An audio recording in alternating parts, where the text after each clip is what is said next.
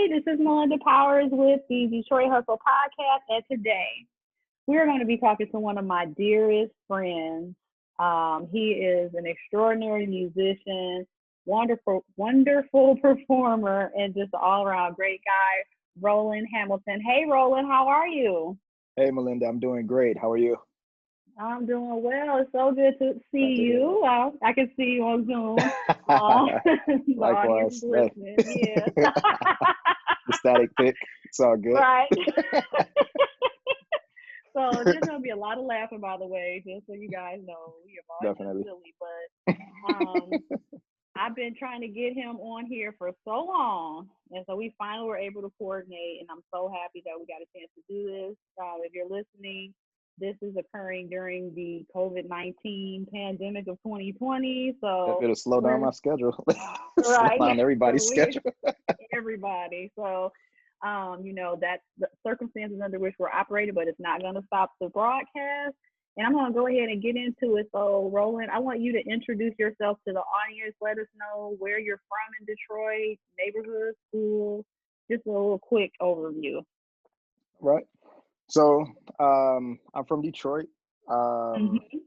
Went to Cass Technical High School, which was actually my dream high school to go to. My mother had talked about it, and even before I knew like the entire legacy of Cass Tech, my mother and father just kind of always let me know how good of a school, how great of a school it would be, and how it would change my life and propel me into the future. Hmm. Um, I know I had initial plans to go to Davis Aerospace, which I was actually accepted into because of my love for airplanes. So in my mind, I was toying back and forth with going to a flight school because I Hmm. wanted to go to the Air Force and become a pilot, which I still will be getting my pilot's license. I want to start that as soon as this Oh, quarantine is okay. over. So you Cool. see the plane right up there. Like I haven't Yeah, lost I my see that. love for aviation. Cool. So I mean, but I listened So to my what back mom us up and before cast too, before you after you're done. mhm. Okay. I'll say that one more time. I think I No, I misheard you. said back up before cast once you finish that because we wanted to begin from the very beginning. Okay. Yeah. Well, And I can edit um, this, it's no problem. okay. We'll take out that part I just said. I listened to my mom Right. because I listened to another All story. right, cool. It's not a bad thing, but I just want to take it someplace else. Right. Okay, so shut Like, damn it. up. No. All right, so Oh my God. welcome everybody. We're laughing. All right, so tell us where you got your start. Give us an introduction of where Roland Hamilton got his start and his beginning. Okay. Well, my beginning in Detroit, just going back to my childhood, kind of, I developed a passion for music very early on. And it started when I was about 3 or 4 years old. My parents, no, actually, I was in my uncle's car, and he had just picked me up from uh, kindergarten or something like that. Mm-hmm. However old you are, or preschool, whatever. Mm-hmm. However old I was, when you get picked up from school for the first time. So I remember specifically, we pulled up to his house, and on the radio was a song called Benny and the Jets. And we Mm-hmm. all know who wrote that song. It was Elton John. And Right. so my uncle was like, "You like that song?" I was like, "Yeah, that's pretty cool." And then he was like, "That's his name is Elton John." I was like, "Okay, cool." And so he had one of his records, I believe, and he played some more for me. And I was like Mm-hmm. really intrigued because the next song I heard was, well, you know how it has that huge piano intro, the uh, Right. Mm-hmm. yeah. And so then he played Border Song for me. I think that was the next Mm-hmm. song that I heard. And Border Song is actually the song that Aretha Franklin covered by Elton John, which made him famous. And Mm. so that's become like one of my favorite songs as well. Anyway, I had this affinity for Elton John when I was young, and essentially that's how I started to get into music. They were buying me Elton John records, and I was like 3 and 4, Mm. 5 and 6, just all the way up. And I still love Elton John to this day. One of my favorite artists ever. Um, Oh, okay. I never so knew that. And I've known you yeah, for a long, long time. it's Elton John. And the way I actually started playing piano, I was set to play Little League with my brother, my older brother.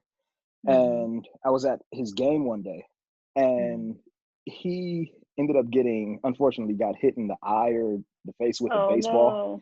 no. Yeah. And so I looked up at my mother and I said, Mama, I don't want to play baseball anymore. I want to play piano.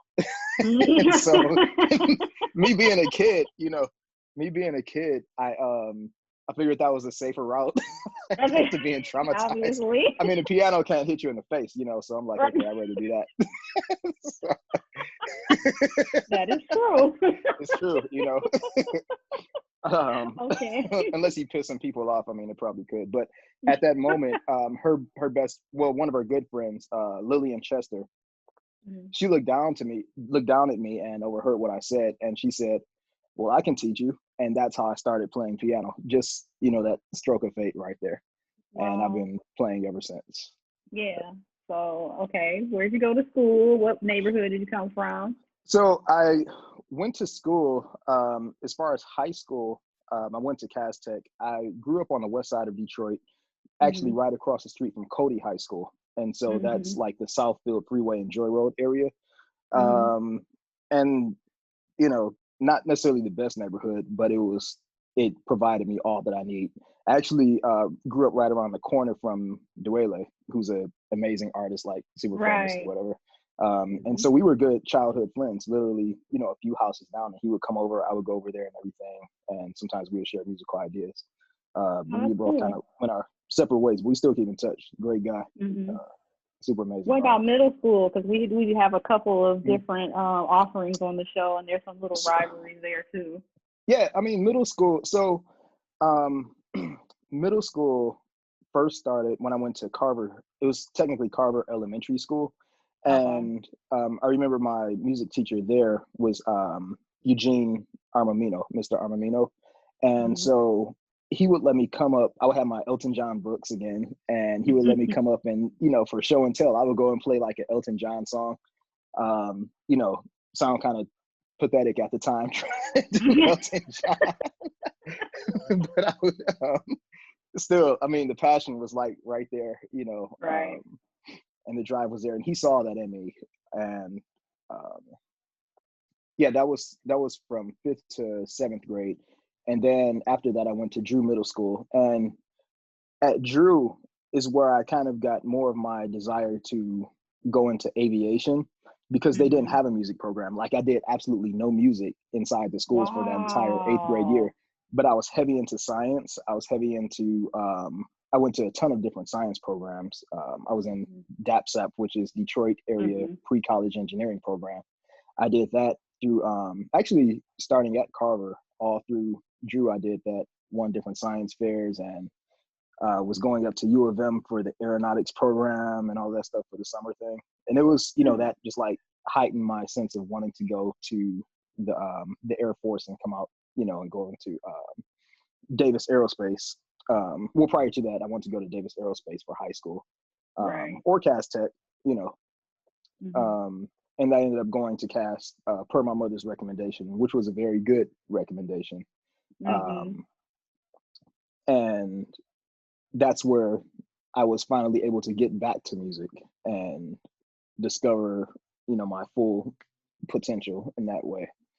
Right. Um, and Hearing that now is crazy because of how passionate you are about music and how good you are. I can't even imagine you not playing for that many years.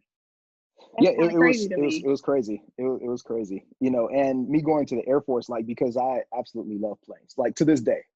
Um, Hmm. but I look at it as okay. I've been to, I can't even count how many countries just on tour. So I'm like, okay, well, I'm still flying. I fly first class here and there.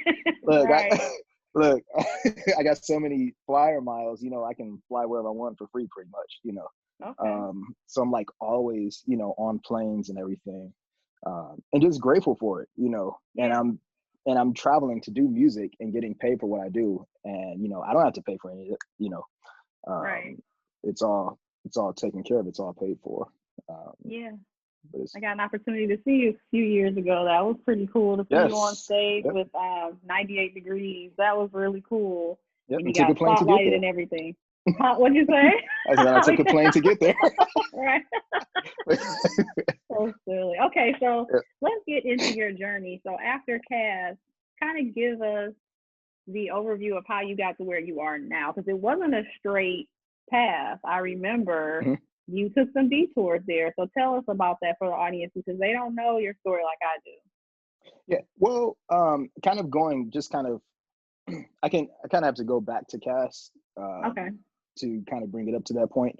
But I know in Cass, I was actually inside. I never really expressed it, but it was kind of like an inner struggle because even still, I was deciding if I wanted to go to the Air Force, if I wanted to go pursue a music career. Hmm. And so um, I decided well, while I was in high school, I would win different competitions. I got heavy into classical music even more. This Hmm. competition, that competition, it was just, I'm just going full force, studying with some of the greatest jazz musicians, got to meet some of the greatest musicians in the world Hmm. because Cass in Detroit provided that platform. Right. And so I said to myself, if I'm not where I want to be by the time I graduate, then I'll go to the Air Force. If I'm not where I want to be musically, Right. um, then I'll go to the Air Force. And so I applied to different schools and all of that. And I decided to stay in Detroit for a second. Well, actually for a minute, and go to school at Wayne State. A lot of But even minutes. still, yeah, I stayed in Detroit for a long time. Hmm. But it came with its benefits, because I look back at my life and I'm like, okay, if I didn't, if I could have gone on to any school that I wanted to, Right. but there's no guarantee that I would be in the position that I am now, which Right. is, or I would have done what I've done, so far.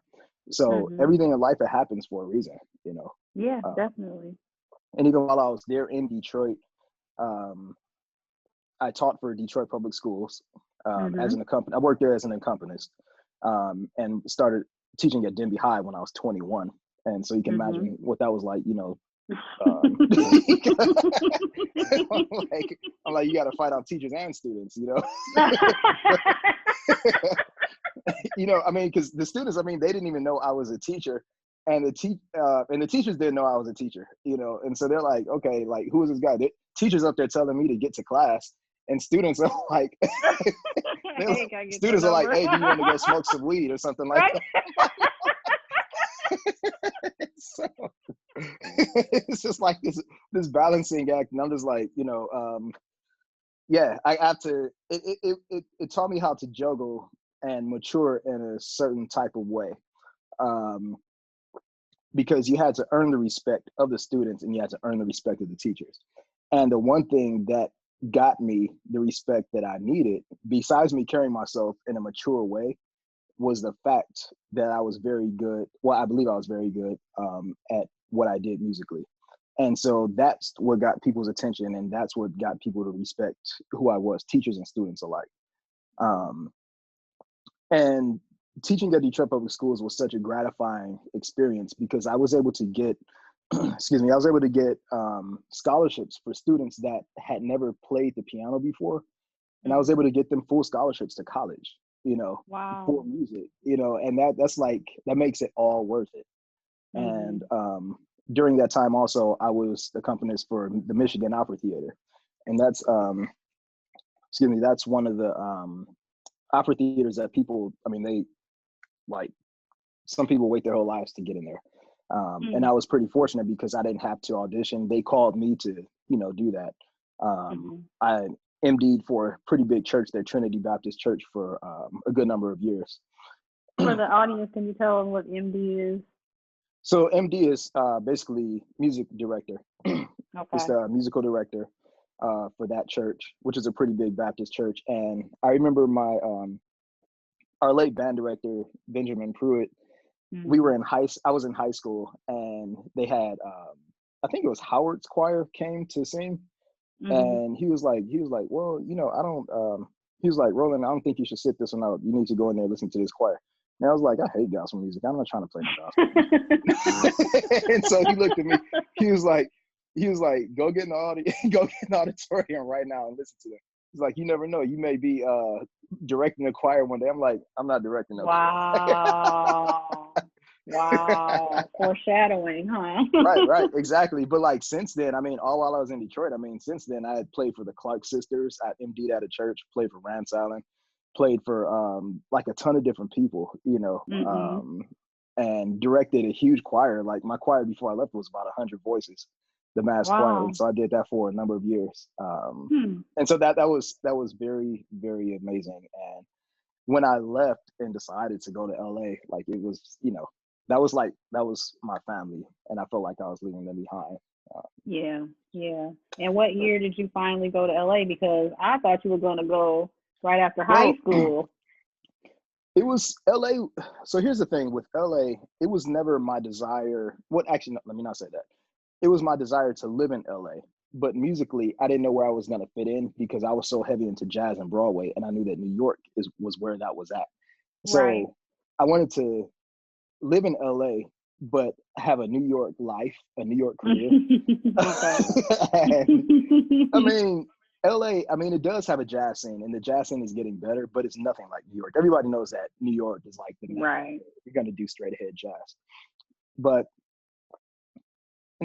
I was classically trained, and I wasn't heavy into keyboards or anything. I didn't like electronics, none of this. Hence all the keyboards in the background. For those of And you they're more in the listening, you can't closet. see them. It's a ton of them around here. Like you just see these Uh-huh. few or whatever right there.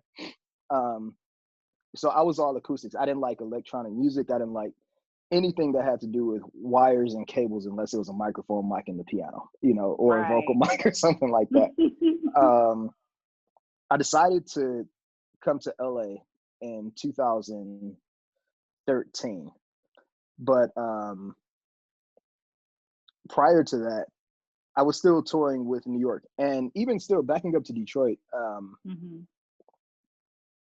I had made it, I was still doing what I wanted to do, but it was on a smaller scale. Like I still got to travel. I still got to perform. I had gone out the country to perform and done this and everything. I was still traveling and performing, but I made Detroit my hometown. And I Mm-hmm. decided that I wanted to do what I was doing just on a larger scale. I wanted to be where the big tours popped off. I wanted to, you know, play with this artist and play in front of hundreds of thousands of people and all of this. I played like all the jazz clubs in Detroit. I played in jazz clubs in New York. I played, jazz venues here and there. And I still think my most amazing experience was playing with my hero, Mogu Miller, the late Mogu Miller. Mm-hmm. In Mm-hmm. 2010, he was the artist in residence for the Detroit Jazz Festival. Mm-hmm. And he was set to do they asked him to do a duo piano concert, and they told him to pick a Detroit artist that he would love to do a duo piano concert with. And he chose Aretha Franklin. And Mm. so he actually got in touch with Aretha Franklin, and Aretha Franklin didn't know who he was at the time. And so Mogu Miller, he's probably the most influential jazz pianist of, his generation. Mm-hmm. He was absolutely amazing and still like affects people today with his music. Mm-hmm. And we had been good friends for like a good 12, 13 years or whatever. I was still in high school. I was in college when we met. And Mm-hmm. so Aretha Franklin had turned down the invite to do a duo piano concert with him. This was at the Detroit Institute of Arts. Mm-hmm. And so she said, I'll much rather sing while you play, and we can do it Mm-hmm. that way. And so the people at the jazz festival, they said, no, they wanted to have a duo piano concert. And so they asked Mogu, like, well, who else do you know in Detroit that's capable of like, doing that with you? And so he said, well, there's this young cat there named Roland Hamilton. And, Wow. and so I got the call and I looked at the phone. I'm like, this serious? Right. And so Mogu, I mean, we would talk all the time, but he didn't tell me that he did that. He wanted it to be a surprise. Oh, Um, wow. and so it was a surprise, all right. And I Definitely. didn't sleep that whole night. And so we ended up doing a piano concert. and people still talk about it to this day as being like one of the best performances they've ever seen. It was Wow. just me and him, guru and disciple basically. And I was a nervous wreck because it's like, here you have one of the greatest musicians in the world, that's ever Mhm. lived, one of the greatest pianists, and my hero and many other people's hero. Right. Um, and he chose me. He could have chosen anybody in the world, to do that. Mhm. And he chose me. And that's one thing that sticks with me. It stays in my heart. And yeah, that's one moment I'll cherish forever. Out of all the things that I've done, all the artists I played with, that one still reigns supreme for me. Wow. Um, That's an but awesome yeah, story. I mean, I'm not surprised. I mean, I remember when I met you in high school, you were playing this classical piece, Fantasy Impromptu by Chopin. Chopin, yeah. And it was funny because I remembered that song from an old anime version of Little Women I used to watch when I was Hmm. like 3 years old. And I never knew the title. I just knew the song. And I walked by and I heard you playing. I'm like, oh my God, that's my favorite song.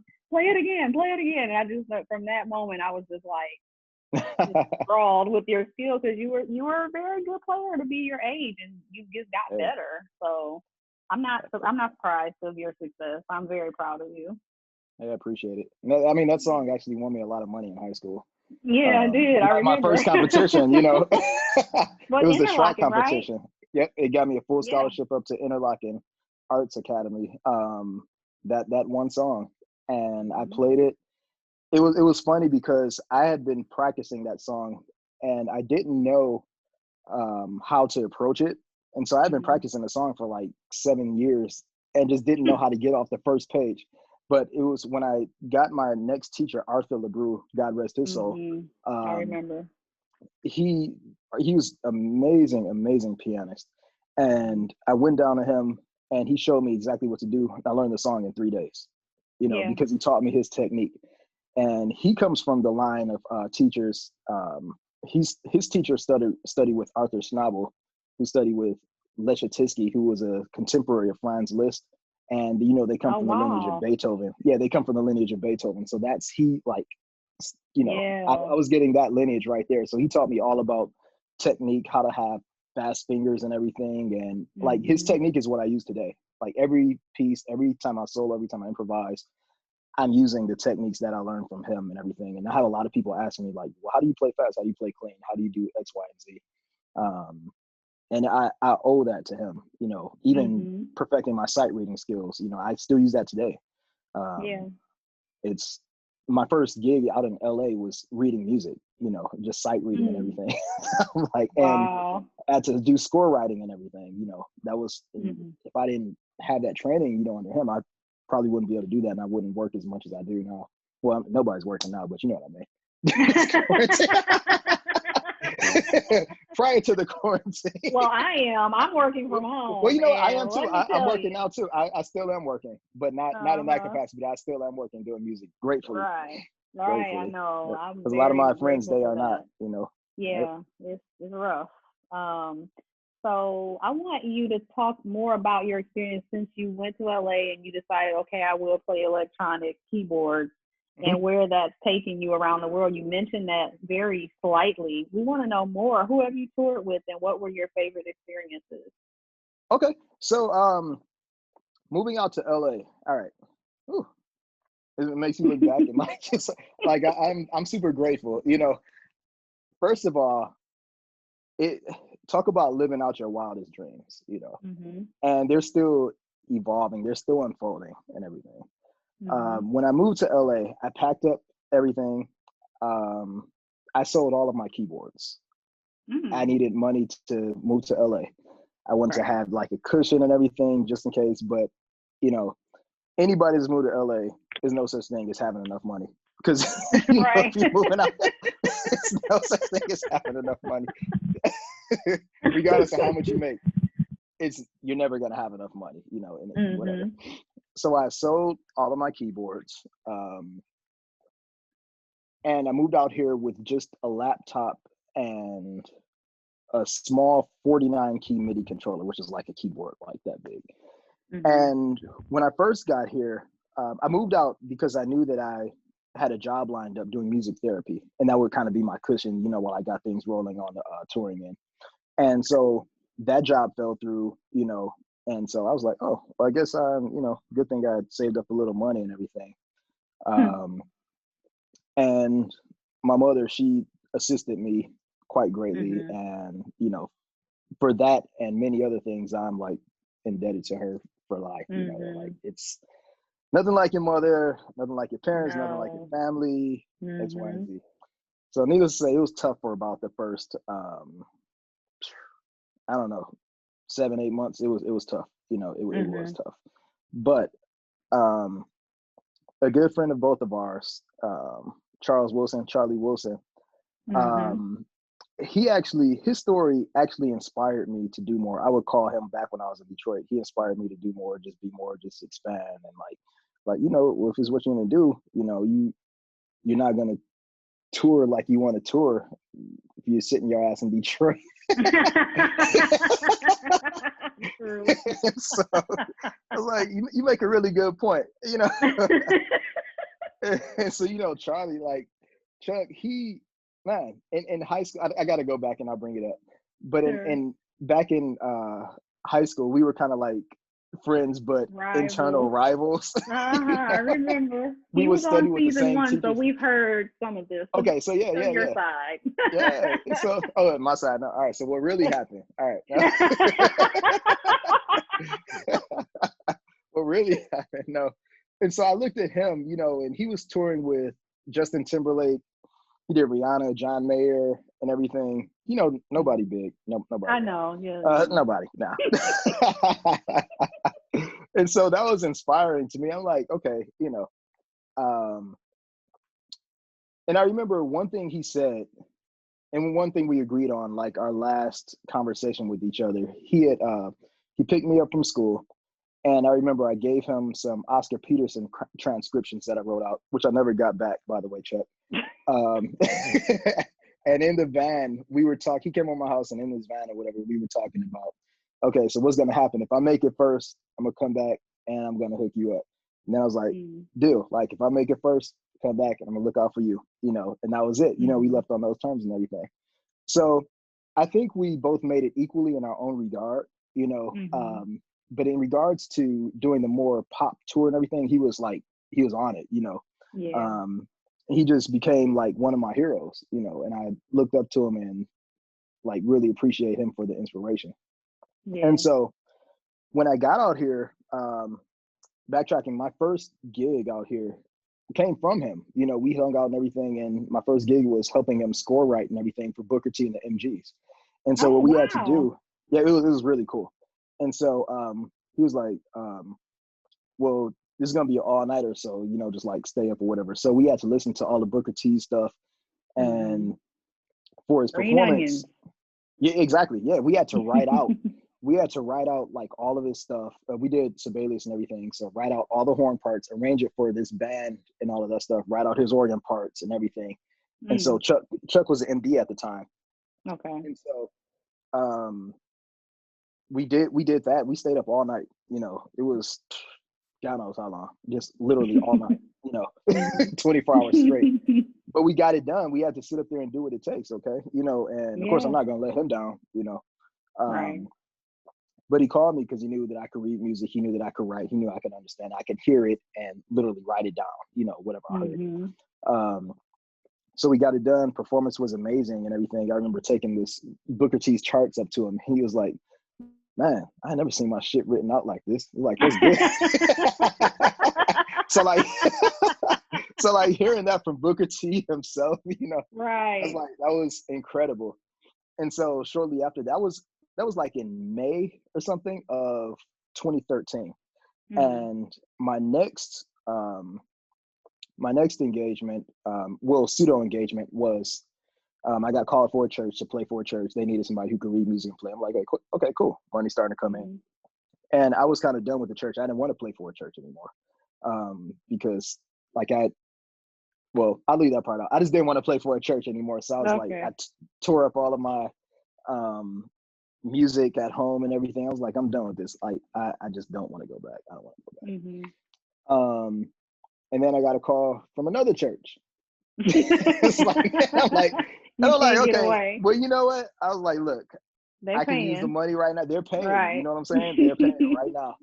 And I'm still with that church today. And I'm with that church. I MD at that church. Look at that.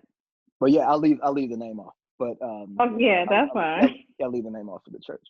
But I do MD for that church right now. And so right after that, I let's see. Oh, okay. So I'm sitting, at a friend of mine's house or whatever. So I get a call from another guy that's in Detroit. And he says, well, you were recommended by Marcus Belgrave. And everybody in Detroit knows who Marcus Belgrave is, and I'm like, man, I haven't talked to Marcus in so long, but he recommended me to play for Cheryl Lynn, who wrote Got to Be Real, If This World Were Mine, and all of that. So the other keyboard players, they were messing up. They were at SIR rehearsal studios in Hollywood. And they were messing up. And so I go in, and I didn't know what Cheryl Lynn looked like. I hadn't seen like an album cover since I was a kid, and I didn't know exactly, I knew her songs, And so before he told me it was for Cheryl Lynn, he told me to meet him down at SIR Studios. So I go in, and this lady sitting there. She's like, hey, baby. She's like, how you doing? I'm like, I'm doing good. How are you? Like, all right, give me a hug. So I give her a hug. I'm like, who am I hugging? Like, who is this lady?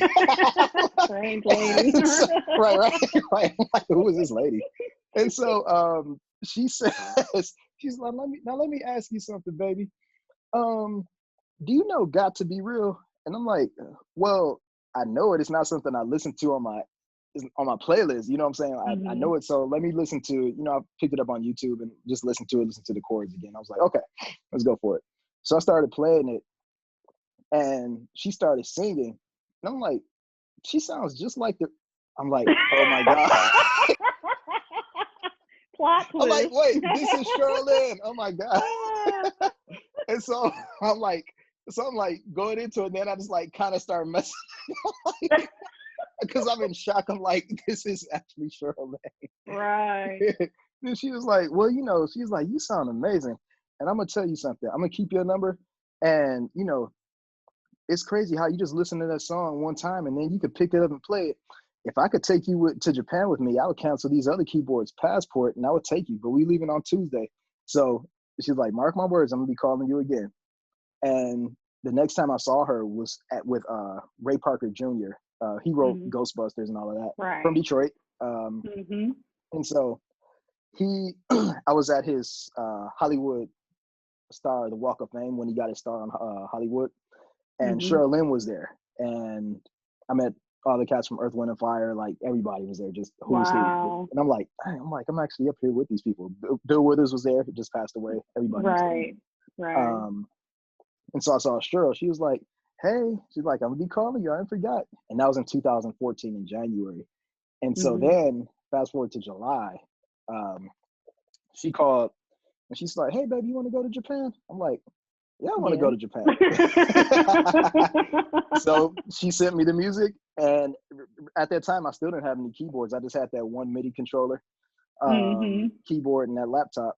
And I came in there, I learned all her stuff, and came in there, was, switching patches and everything, just doing X, Y, and Z. Had the MIDI controller sounding like a whole orchestra. And she was like, you doing all of that from that? And she was like, well, I can't wait to see what you do with when you get like 3 or 4 keyboards around you. And so I've been playing for Cheryl Lynn ever since. I've gone to Japan about 10 times, with different artists and everything. So yeah, that was like my first gig. And I played with like local artists and did a couple clubs early on in, LA, just to keep me kind of like going and moving everything. So it was good. It was a great experience. And since then, I've toured with Demi Lovato. I did her world tour, her Neon Lights tour, which was amazing. Met a ton of great musicians from there. I think I texted you were in Australia during that something time. I remember that. Yeah. You're like, send me a postcard or whatever. Right. Never got that postcard. I remember I sent you one from when I was in Switzerland though. That was in high school. It was. No, that was in college. And you sent me one from LA. Yeah, you sent me one from LA too. So I mean, you got more than you're overdue. I You're overdue. wouldn't say nobody else nothing. So Well, that makes me feel special. right. I don't even think my mother got a postcard. Oh no, sorry, mom. I love your mama. All But right, so you've been around the world. Okay, we like it. yeah, Who and else? Were so you gonna name somebody else? I kind of cut you off there. oh no, that's cool. I mean, Demi Lovato was really cool. It met like people that I still keep in touch with to this very day. Some good friends of mine. And that was amazing. I remember one performance that we had. We went to I think we were in Vietnam, Hmm. and so at that time that was like the most people I had played in front of in my entire life. So it was a crowd of Hmm. like 100,000 people, and we're up there Wow. just like just grooving, and all the crowds are like super huge over in Malaysia, Cambodia, you name it. Like we were doing Australia, like just incredible crowds, and it was Hmm. good, just being able to play those songs with such a major artist like that and everything. Hmm. And it was funny, like even she would call people on stage. We were in Singapore, and she would call they couldn't speak English over there. Some of the Hmm. people in the audience, so she called a little girl up to sing a song, and the only words they knew were "Let It Go." They didn't know from Frozen. So, but when they sang it, like they were part of the part of the Disney cast. I like Okay. they didn't know a lick of English, but they knew all the words to "Let It Go." They knew every Wow. single word, and The so power of music, huh? yeah. It's crazy. Um, but since then, I've done like a lot of I play with a lot of people. Demi Lovato. I'm still playing with Jody Watley, who was like my childhood crush. Like Hmm. I never thought I'd be playing with Jody Watley. Um, Hmm. I've toured multiple times with 98 Degrees. Nick Lachey, who's a Hmm. friend of mine. I still keep in touch with him, perform, solo stuff with him. Hmm. I just played with AJ McLean from Backstreet Boys. Helped release his solo, was the debut for his country solo album, which was great. Okay. And I got to play with Jimmy Allen and a few other people, Hmm. big country stars on that. Um, You let's played. see Wait, you who were else. on a. Was it an award? It was an award show a couple years ago, or a few. What was it? Because you put Last it on year, Facebook. yeah, last year I was on the MTV Awards. I played with Lil Nas X. So Yes. I'm currently playing with him. We had things lined up. We were getting ready to do Coachella and everything, but the quarantine came in. Right. Yeah. That Yeah. canceled everything. So yeah, I've done a few performances with Lil Nas X. We did the Oprah show. I mean the Ellen show with Okay. Ellen. Oprah was on there and everything. That was amazing. Yeah, Lil Nas X. Wow. He's an incredible person. Like, and I'm so honored to be playing with him because That's he's made awesome. history. Like, absolutely incredible. Yeah. Just overnight. But the funny thing was with Lil Nas X, I had the first time I heard of him was in April of last year, and his song "Old Town Road" was like becoming like hot shit. It was like the hottest thing, like going on Mhm. um, at that time. And so Nick Lachey, he hadn't heard of it, and I had heard of it like just like in passing. And so Right. Nick Lachey, he does this thing called Music Mondays.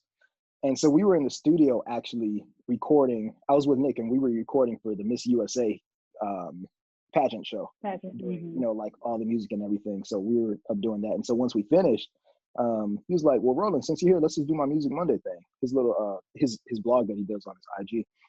Mhm. And so he couldn't think of what song to do, and I think it was his assistant said, like let's do Old Town Road. It's like the hottest song. And so I'm like, oh yeah, oh I just heard that, And so he looked it up and everything, and so he learned the words right there. I polished up the chords and all of that, and so we just went for it. Mhm. And so we were like, okay, that's Lil Nas X, Billy Ray, and all that and everything. So we Right. did that, put it on Instagram, and then I got a call um, right when I was actually going to Japan last year in August to Mhm. play for Lil Nas X at the MTV Awards. I'm like, okay, yeah, I'm gonna do that. I'll do that. I'll do that. So Right. unfortunately, I had to cut my trip short with Cheryl Lynn while I was over there um, Mhm. to go ahead and do Lil Nas X. But I made sure I found a really good replacement to handle Oh, that's Japan, awesome. just to keep keep the integrity and everything. But Sure. sometimes those things happen, and but yeah, no, it's been a great relationship with Cheryl, with Lil Mhm. Nas X, Jody Wiley. Like I said, I did AJ McLean. I was on a Tonight Show with that was with Bozzy. Played for Bozzy, um, great artist. Done the Jimmy Kimmel Show with Mhm. In Real Life, the boy band In Real Life. I played for a lot of boy bands. It's crazy. What's that Just boy about? band members. I'm like, hey, it's all good, you know. Uh-huh. And in between, I can't remember everybody, but it's been a lot. That's It's been a awesome. lot of people. And in between that, I mean, you see the keyboards behind me. One thing I can say is that all of these keyboards that you see behind me, I didn't pay for a single one. They were all given to me Mm. by different companies, you know, for the things that I do. So I've got like endorsements from different people, Roland, Mhm. Of course. Nord, you know, and all of that. So yeah, I mean, we gotta have it, you know. That's a no-brainer. Yes. Nord, all that stuff, you know. But yeah, I had to get the namesake. Of The course. Of Roland course. keyboard, yeah. And to I think you love didn't them, want to you know. touch one. Yeah, you know, I mean, it's The like irony. now, yeah, I mean, now when I'm performing, like I'll try to keep it streamlined as possible, as streamlined as possible. Um, but you know, they're for the most part, like I don't feel truly at home unless I'm like surrounded by keyboards. Like I want to be controlling Mm. like the spaceship. I want to be moving around and like doing Mhm. this and pushing all the pedals and everything and hitting the Mhm. buttons to change the sound. Like that's what makes me it's part of it, you know, because when I Mhm. was growing up, I thought that, you know, oh, but they're just playing keyboards and everything. You know, it doesn't take that much. They're doing all the work for them. You know, it's just blah blah blah. It's easy. Well, it's easy once you're able to do it, you know. But it didn't come overnight. I had to sit down, and study. I had to learn. I had to watch like so many videos. I had to, you know, just watch different people, just hang around the experts and do that. And one person I always looked up to was uh, well, my cousin Greg Fillinganes, who's from Detroit, Yeah. who went to Cass Tech, and he was Michael Mhm. Jackson's MD. And I looked up to him for God knows how long. He was playing with Elton John, Phil Collins, like you name it, like everybody, you know. Right. He's done it. Greg has done it, and I still look up to him. And that's where I got my real desire to learn how to manipulate the keyboards and all of that stuff and do whatever. Because as good as he is on the keyboards, he's just as good and even better on the piano. You know, you sit him down, Mhm. he's amazing. And I think he's probably like the most widely respected keyboardist and probably one of the most widely respected musicians to ever walk the face of the earth, you know, especially in the pop Wow. industry, R&B. Yeah. Um, I mean, he's epic. he was like involved with Thriller and all that too, wasn't he? Thriller, yep. We Are the World, like all of that stuff, like Yeah. songs in the key of life, all of that, Oh everything you my name it, God, he I was didn't know there. that one. Yeah, Okay. yeah. Look on the credits. Yep, he's there. Yeah. Look at Yep. that. Well, you have definitely been fortunate enough to be surrounded by some of the greatest to ever do it. So, I mean, it's no surprise that you reached where you have, and you have so much more to go. I'm sure you're going to achieve much, much more. Hey, I'm grateful. I'm looking forward to it. That's for sure. Yeah. Definitely looking forward to it. Just want to So, what we're continue going to to do now? touch more No, go lives. ahead. You know, yeah, I just want to Yeah. continue to touch more lives and everything. I mean, that's my goal. Whenever I sit down at the piano, whether it be playing for a soloist at church, whether I'm playing in front of 100,000 people, or wherever, like I want to be able to take people's minds off of their problems. That's what I do. That's what I think Mm-hmm. about. You know, first I'll give God thanks for my gift. You know, I may be giving them thanks while I'm programming, you know, the buttons on stage or whatever. But I always give, I mean, my mother taught me that, you know, always give thanks for the gift whenever you sit down, like give thanks for the gift. Mm-hmm. So I do that, you know, and I do that relentlessly. That's nonstop. And then my next goal is to always, you know, just try to take people's minds off of their problems, whatever they may be going through. Mm-hmm. Even if it's just for that moment, I feel like I've accomplished something. And then ultimately just inspire the world. I get a lot of calls from people, you know, wanting to get insight um, and just advice about moving to LA, Mm-hmm. or just pursuing their career. And you know, I get texts and Facebook inboxes and everything, Yeah. just telling me how inspiring I am. I mean, so that's the gratification right there. If I don't do anything else, I feel like I've accomplished so much just being able to do that and helping people want to be better at their craft, helping them want to do better, be more, get outside their box and all that stuff.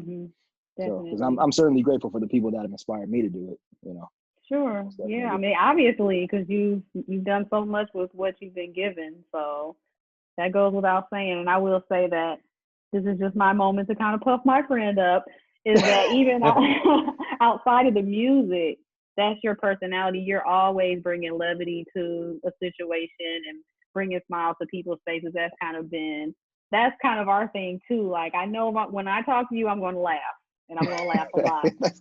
And that's a great thing to know, that to expect from somebody, and it won't be a drag or something depressing. It's like always going to be a good time. So I appreciate you for that. I try to find the joy in every situation, Definitely. It's enough stuff to be depressed about, I mean, even now we're going through this quarantine or whatever. It's like, I look like it's like, man, I'm still working. I still have money coming in. I got all this beauty around me. I have a place over my head.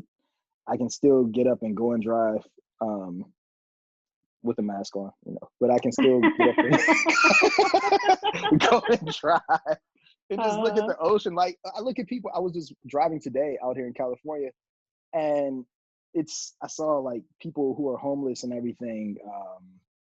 Just, one man had his pants like halfway down and just crossing the street in the rain. It's like, man, talk about being able to count your blessings, being able to come home to this, I'm eternally grateful, just grateful.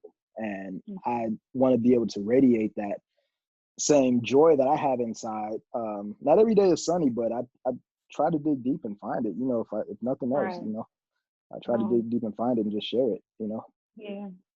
Well, thank you for that. We're going to switch gears now to the more Detroit-centric part of the broadcast. So I'm going to ask you really quickly, sum up, in your experience, what makes the D so special? And this is based on your upbringing, your roots, the support, people that influenced you. I know you kind of touched on some of that, but what makes Detroit so special to you? What makes Detroit so special to me is the drive that they have. Detroit has such a rich musical heritage, and a lot of people think that the musical heritage died with Motown, but a lot of those musicians stayed. You had a lot of artists that left and moved to LA and blah blah blah, but Detroit, the drive, the same musicians that made Motown great still stayed there, and they crafted and they helped generations after them, to want to be more and just do more with their craft and be amazing musicians. Detroit, since it is a cultural arts center, and I really think it's like the cultural arts center of the Midwest and like one of the major ones in the country. I wouldn't say like as big as New York currently and everything, but it's up there. We were provided a platform through Detroit Symphony Orchestra Hall. Detroit Public Schools would often partner with Detroit Symphony Orchestra Hall, and they would bring in artists. Cass Tech would bring in artists to like cultivate, and let everybody, let the young kids and everything see what they could possibly do, and just get a taste of like what it's like to be out there on the road, what it's like to tour, what it's like to be a professional musician. They would come in and talk to us. We would get to play with them, interact with them. And if that's not inspiration, like I don't know what is. That's absolutely incredible. I mean, I met Wynton Marsalis there. I met McCoy Tyner, Ahmad Jamal, all of these great, incredible jazz artists. The Count Basie Orchestra, classical musicians, just countless people. Met Oscar Peterson in Detroit, who was my number one hero, my inspiration. I remember. Oscar Peterson, like that's, I mean, that's the type of inspiration I'm talking about. And just being able to be on stage with these folks, who have like lived through just so many different eras of music. Meeting some of the Funk Brothers and all of that, like it's crazy.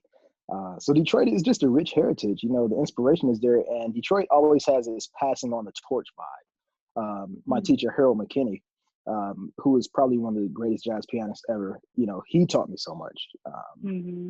Teddy Harris, Martha Reeves, like all of these people I got to meet and just hang around and just study with. It's that pass the torch mentality, in Detroit, and that's what keeps it alive.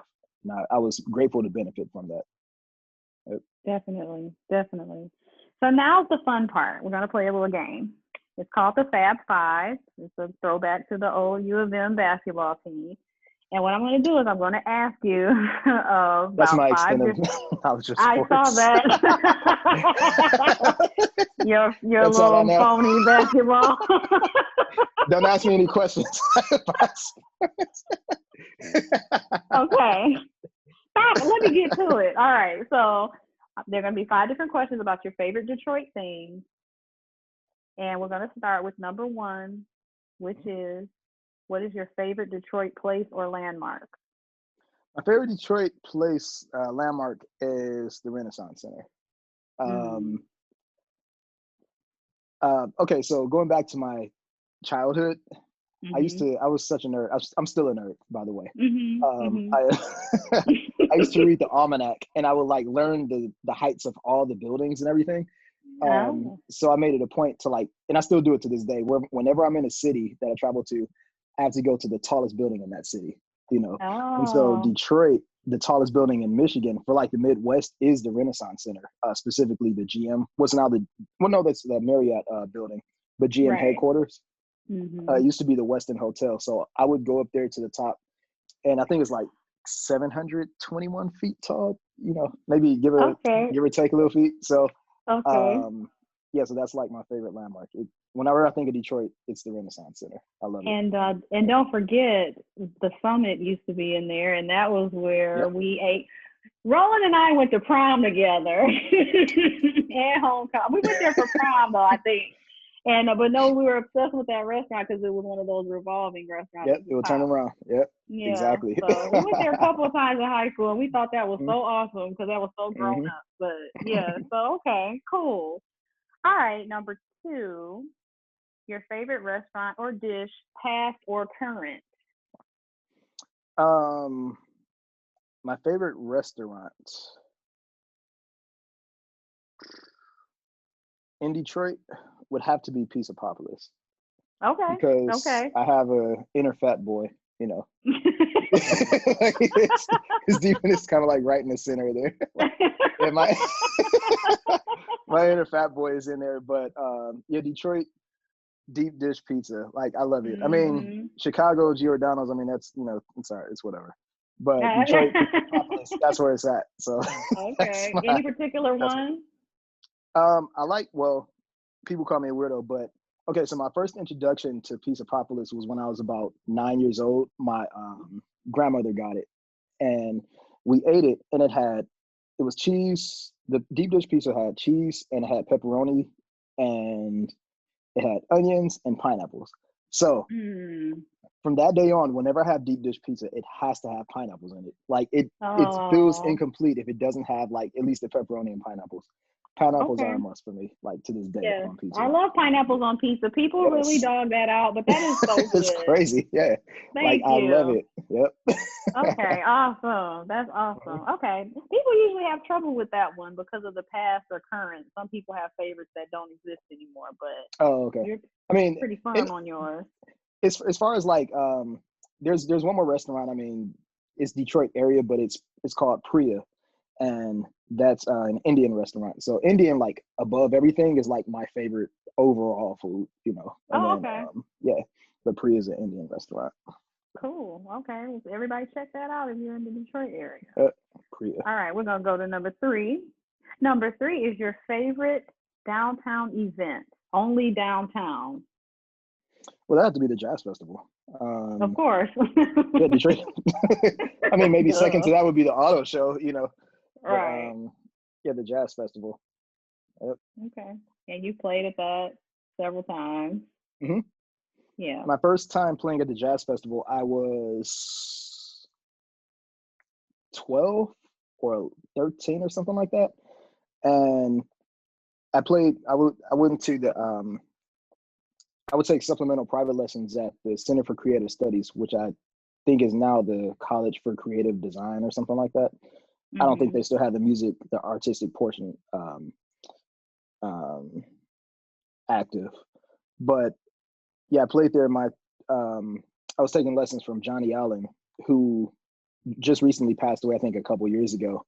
And he helped score write Shaft with Isaac Hayes. Oh, okay. So, wow. Yeah, so he was my teacher and everything, and so he taught me how to play After Hours in the St. Louis Blues. So they featured me on the piano. I was like 12 or 13, playing in front of all of these people. I was like, oh, you know. And so I played there like every single year, like up into my 20s. You know, yeah, which is really cool. Yeah, it is. All right. So number 4, your favorite Detroit sports team. He laughed. Hold on, I gotta put on some chapstick. All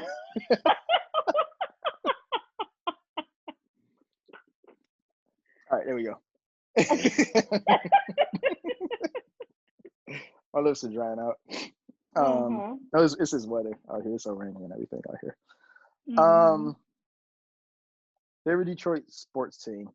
It's hard because I'm not really into sports, you know. Right. So all of them.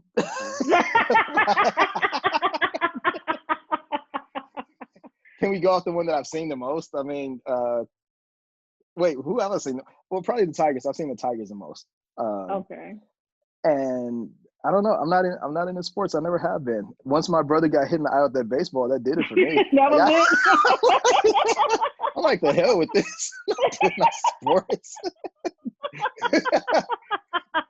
But it's funny, like when I'm at the gym or whatever, people like always ask me, they think I play basketball because I'm not short, I'm like 5'11" or whatever. They see me like, oh man, come on, bro. You know, get on my team. I'm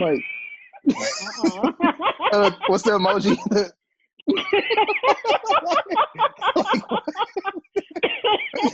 Like, are you speaking Chinese? Like, what are you saying to me right now? What are you saying to me right now? Like, I'll play the music in the background while you play. Right. Dun, dun, dun, dun, dun, dun. Wait, that's not even basketball. Like, I don't know. Is that basketball? I don't know. Yes. Okay. That's very, I think you can do it in right. baseball and basketball, so you'd be okay. Cool. All right. See? Okay, we'll go to the next one. Let's carry on next. This is the most unique answer we've gotten. No surprise there. Okay. Right, hey, look. All right.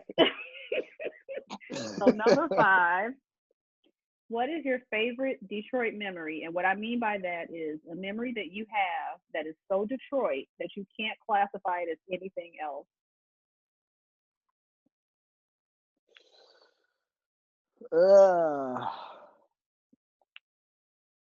So I have. I don't know. That's tough. Mm-hmm. Because I have so many memories in Detroit and of Detroit.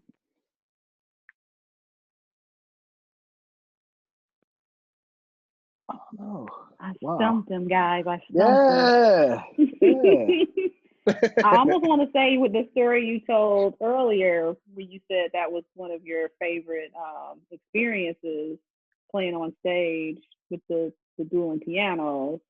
Well, that's the first thing I thought of, because it is. I mean, it was at the Detroit Institute of Arts, you know, and it's the Detroit.